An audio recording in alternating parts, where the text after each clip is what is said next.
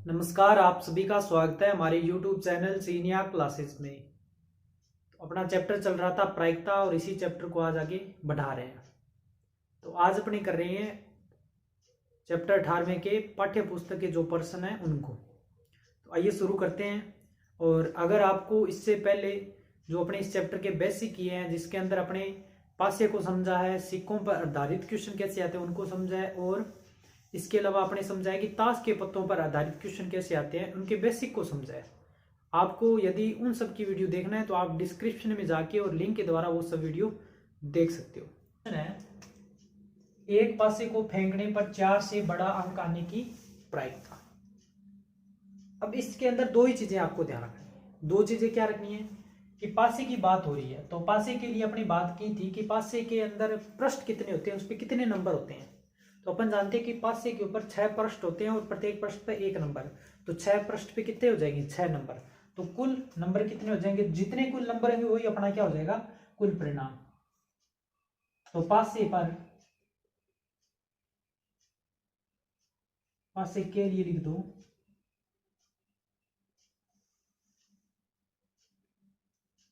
कुल परिणाम। तो कुल परिणाम क्या हो जाएगा, 6 हो जाएगा। सब क्वेश्चन में जितने भी क्वेश्चन करोगे ये कुछ बेसिक बातें जो आपको लिखनी ही पड़ेगी। फिर दूसरी बात करें तो अपने से पूछा है 4 से बड़ा अंक आने की प्रायिकता पूछी है। तो अनुकूल परिणाम क्या हो जाएंगे, अपने लिखेंगे 4 से बड़ा अंक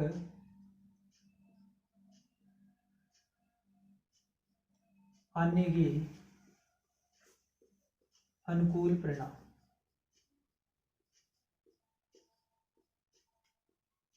तो अनुकूल परिणाम क्या क्या हो सकते हैं, अनुकूल परिणाम 4 से बड़ा अंक की बात कर रहा है, 4 से बड़ा। तो 4 से बड़े अंक क्या हो सकते हैं, 5 हो सकते हैं और 6 हो सकते हैं। तो अनुकूल परिणाम क्या हो जाएंगे, इसके अनुकूल परिणाम हो जाएंगे 2। 5 और 6, 4 से अंक 2 ही बड़े हो सकते हैं, क्योंकि पासे पर 1 से 6 तक अंक होते हैं। और 4 से बड़े की बात कर रहा है तो 4 से बड़े 5 और 6, यही संभावना हो सकती है। अब अपने क्या होता है, अपने पास फॉर्मूला होता है, अपने क्या ज्ञात कर रहे हैं, प्रायिकता किसकी, 4 से बड़ा अंक, इसकी प्रायिकता ज्ञात कर रहे हैं। इसको आपको ब्रैकेट में जो भी पूछ रहा है उसको ब्रैकेट में लिखना है। तो अपने पास क्या फॉर्मूला होता है, अनुकूल परिणाम बटे कुल परिणाम। अनुकूल परिणाम कितने अपने पास, 2। ध्यान रखना है हमेशा अनुकूल परिणाम को ऊपर लिखना है और कुल परिणाम को लिखना है नीचे। तो 2/6, अगर काटना आता है तो काट दो, 1/3, और ये अपना क्या हो जाएगा, आंसर। बहुत ही सिंपल और छोटे छोटे क्वेश्चन है। अगर आपको कॉन्सेप्ट समझ में आ गया तो ये क्वेश्चन कुछ नहीं है। सेकंड क्वेश्चन देखिए, सिक्के को 2 बार उछालने पर दोनों बार चित चित यानी कि एच यानी कि हेड आने की प्रायिकता आपने से पूछी। तो वही सिक्के को 2 बार उछाल रहा है, तो सिक्के को 2 बार उछालेगा,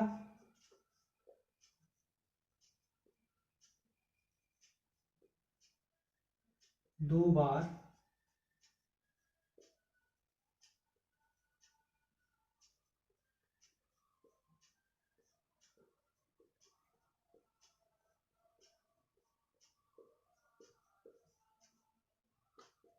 कुल परिणाम कितने, सिक्के को जब एक बार उछालेंगे तो सिक्के पे कितने पृष्ठ होते हैं, 2 पृष्ठ होते हैं। तो एक बार उछाले तो 2 और 2 बार उछाले तो 2 की पावर 2, यानी कि कुल परिणाम हो जाएंगे 4। अब अपने से पूछा है कि दोनों बार चित्त आने चाहिए। अब ये 4 परिणाम होते कौन से हैं, 4 कुल परिणाम आपसे पूछ लीजिए तो आप क्या लिखोगे, पहली बार एच एच, फिर आपके पास एच टी, फिर टी एच, और फिर टी, ये वो 4 कुल परिणाम। अब अपने से पूछा है कि दोनों बार चित्त आना चाहिए, यानी कि दोनों बार एच आना चाहिए, इसकी प्रायिकता पूछी है अपने से। तो एच आना चाहिए, क्या इसमें दोनों बार एच आ रहा है, नहीं आ रहा। क्या इसमें दोनों बार एच आ रहा है, नहीं आ रहा। इसमें दोनों बार एच आ रहा है, नहीं आ रहा। तो दोनों बार एच किस में आ रहा है, इसमें आ रहा है। तो अनुकूल परिणाम कितने हो जाएंगे, अनुकूल परिणाम किसके, दोनों बार चित्त आने चाहिए। लिख देते हैं हमने, दोनों बार चित्त के अनुकूल परिणाम कितने हो जाएंगे, 1 हो जाएगा। अब क्या करना है, प्रायिकता ज्ञात करनी है, और प्रायिकता किसकी, दोनों बार चित्त आने की प्रायिकता ज्ञात करनी है। फॉर्मूला क्या होता है, अनुकूल परिणाम बटे कुल परिणाम। अनुकूल परिणाम कितने हैं, 1, और कुल परिणाम कितने हैं, 4, और ये क्या हो जाएगा अपना आंसर हो जाएगा। तो ये 17 तक की प्राकृत संख्याओं से एक संख्या चुनी जाती है। इसमें से एक संख्या मतलब कोई भी संख्या चुनी जाती है, कोई संख्या लिख देते हैं, कोई संख्या चुनी जाती है। तो ये जो चुनी हुई संख्या है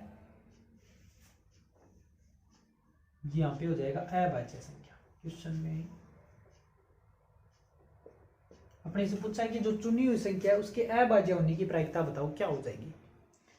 तो पहले तो अपने लिखेंगे कुल परिणाम, मैं यहां लिख देता हूं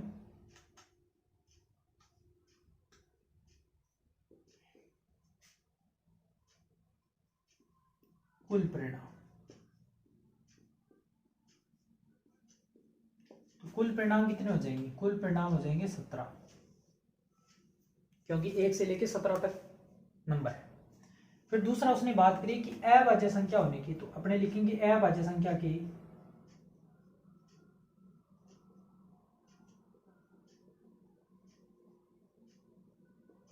अनुकूल परिणाम।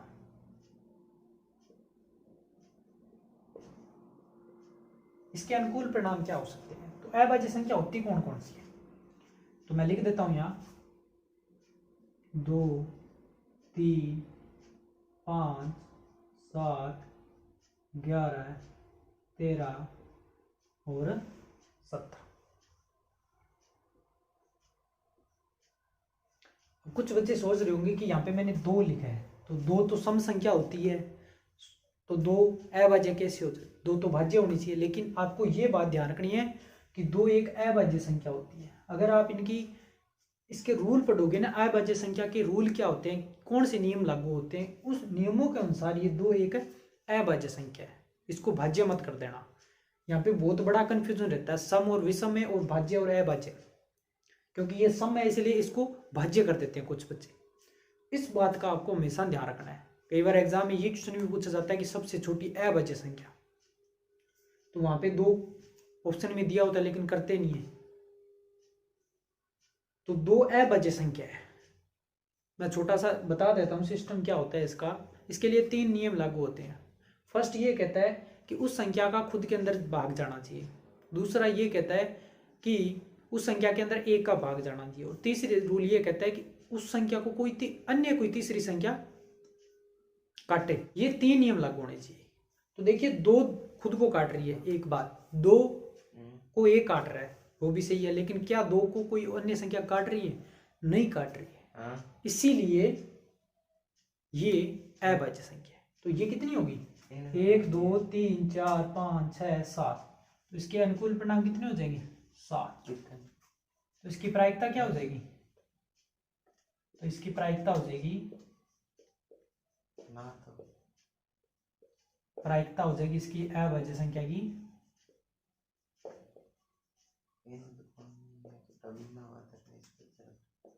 7/17।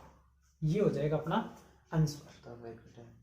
अब देखिए नेक्स्ट क्वेश्चन है अपने पास, एक सिक्के की 3 उछालों में एकांतर चित्त या पट्टा आने की प्रायिकता पूछी। तो सिक्के को जब 3 बार उछालेंगे, 3 बार उछालने पर, 3 बार उछालेंगे तो कुल परिणाम क्या आ जाएंगे,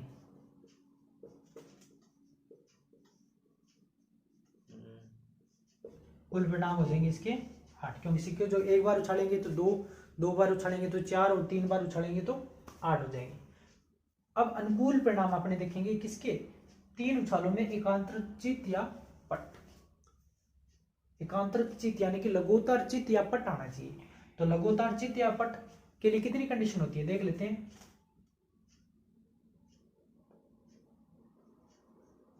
लगातार जित्या पट के अनुकूल परिणाम तो कितने हो जाएंगे? या तो आपके पास 3 हेड हो जाएंगे, सॉरी 3 हेड हो जाएंगे और 3 क्या हो जाएंगे? टेल। तो कितनी कंडीशन बनेगी? अनुकूल परिणाम हो जाएंगे 2। तो आप लिख सकते हो प्रायिकता किसकी?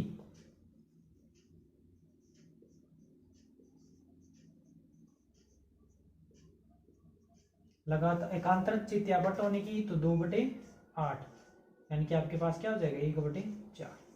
तो ये हो जाएगा आपके इस क्वेश्चन का आंसर। तो ये था थर्ड और फोर्थ क्वेश्चन। उम्मीद करता हूँ आपको अच्छे से समझ आया होगा। अब देखते हैं इसका नेक्स्ट क्वेश्चन। पास है एक एलिफ वर्ष में केवल 52 रविवार आने की प्रायिकता अपने से पूछी गई है। तो पहले देखेंगे एलिफ वर्ष होता क्या है। एलिफ वर्ष, तो एलिफ वर्ष वो होता है जिसके अंदर फरवरी क्या होती है? 28 दिन की होती है। या फिर यूं कह सकते हैं कि वो साल जिसके अंदर 4 का पूरा पूरा भाग न जाए, तो एलिफ वर्ष होते हैं। और एलिफ वर्ष के अंदर दिन कितने होते हैं? 365।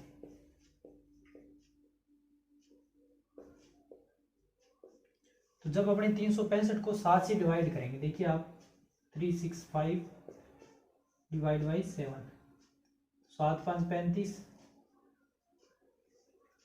1 और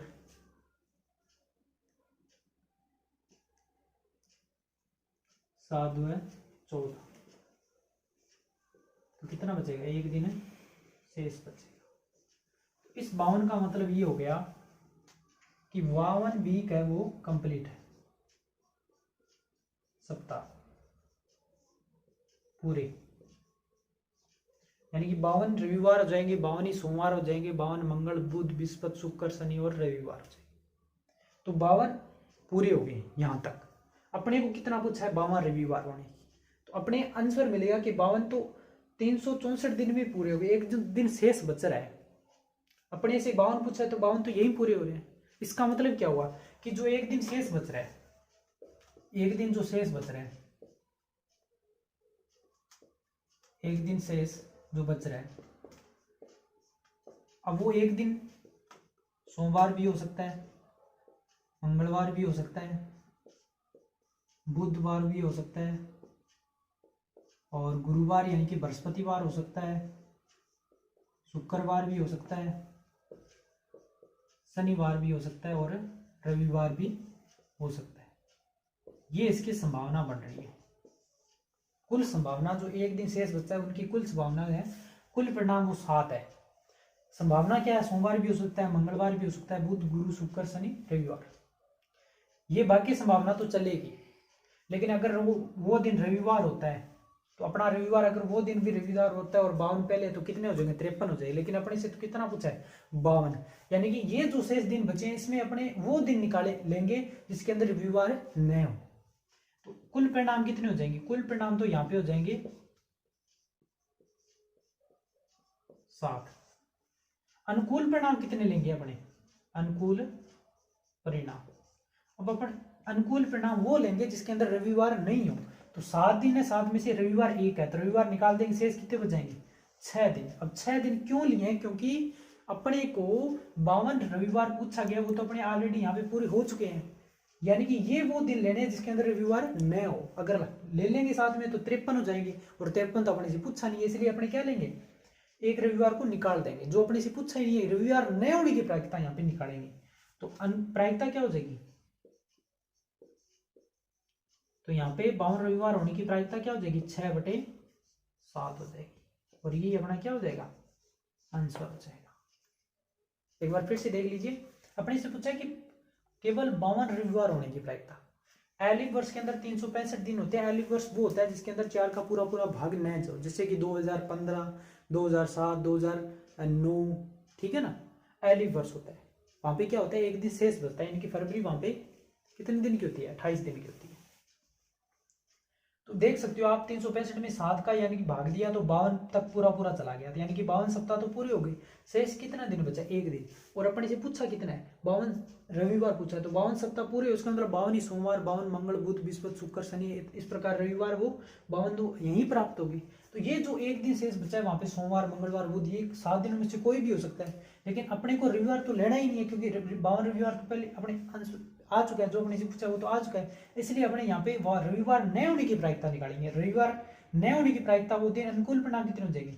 7 में से 1 निकाल देंगे, अनुकूल परिणाम हो जाएंगे 6 और कुल परिणाम 7, तो प्रायिकता क्या हो जाएगी? 6/7। तो ये थे आज के अपने 1 से लेके 5 तक पाठ्य पुस्तक और चैप्टर है आपका प्रायिकता के प्रश्न। इससे पहले अपने इसकी बेसिक जानकारी कर चुके हैं, अगर वो आपको वीडियो देखनी है तो आप डिस्क्रिप्शन में जाके लिंक के द्वारा सब वीडियो देख सकते हो। यदि आप हमारे चैनल चीनिया क्लासेस पे नए हो तो चैनल को सब्सक्राइब करें, बेल आइकन अवश्य दबा दें ताकि जब भी नई वीडियो है आपको नोटिफिकेशन मिलता रहे। तो मिलते हैं नई क्लास नई वीडियो के साथ, तब तक धन्यवाद।